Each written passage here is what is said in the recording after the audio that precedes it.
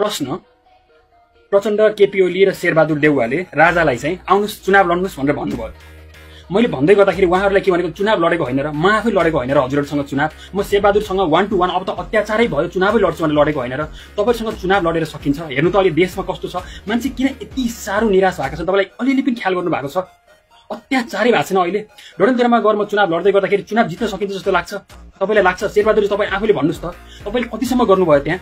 पैसा बाँड्ने कामदेखि लिएर रिसोर्टमा बसेर तपाईँले मोज मस्ती गरेर गाउँ गाउँमा खसी बाख्रा काट्नु भयो नि त? काट्नुभयो कि काट्नु भएन? मनमा आत्मामा हात राखेर भन्नु त। तपाईँको चुनावी कमान्ड डडेलधुरामा कसले सम्हालेको थियो?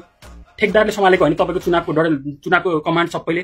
अनि तपाईँको लगभग सहरहरूमा त सकिन्छ, अमरगढीमा तपाईँ पुरै क्लिन सुपै हुनुभयो त तपाईँलाई थाहै छ, परशुराममा तपाईँ क्लिन सुपै हुनुभयो थाहै छ, गाउँ गाउँमा कसरी सक्ने? मैले पनि के गरेँ भन्दै गर्दाखेरि गाउँमा तपाईँको भ्रष्टाचारको पैसासँग कसरी लड्ने?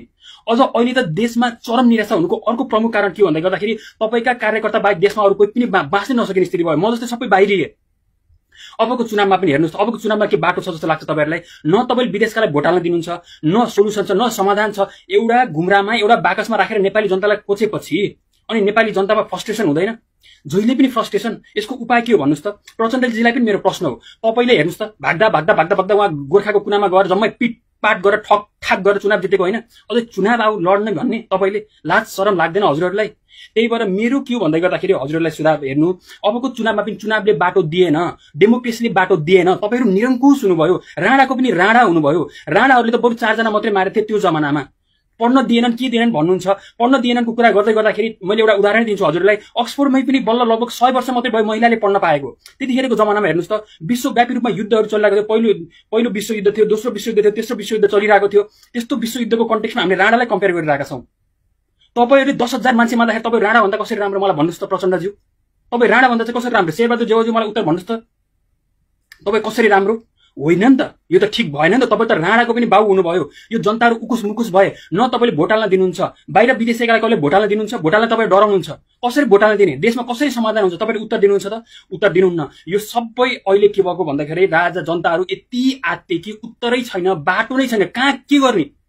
राजा हटाउ भन्नुभयो, पञ्चायत हटाउ भन्नुभयो, पञ्चायत हटायौँ। राजा हटाउ भन्नुभयो, राजा हटायौँ। अब फेरि गणतन्त्र आएको 15 वर्ष भयो, चुनावमा गएर चुनावले त केही सोलुसन देला, केही उपाय देला भनेको तपाईँका कार्यकर्ताहरू जम्मै भर्ती भएर भ्याइसके। देशमा सामान्य नेपाली भएर म जस्तो मान्छे जसको एउटा पार्टी, कुनै एउटा पार्टी पनि छैन, म एउटा शुद्ध नेपाली हो, अहिलेसम्म कुनै विद्यार्थी संगठनको पनि सदस्यता लिएको छैन। म जस्ता तमाम मान्छेहरूलाई यो देशमा बाँच्नै गाह्रो भयो। कसरी बाँच्ने हो?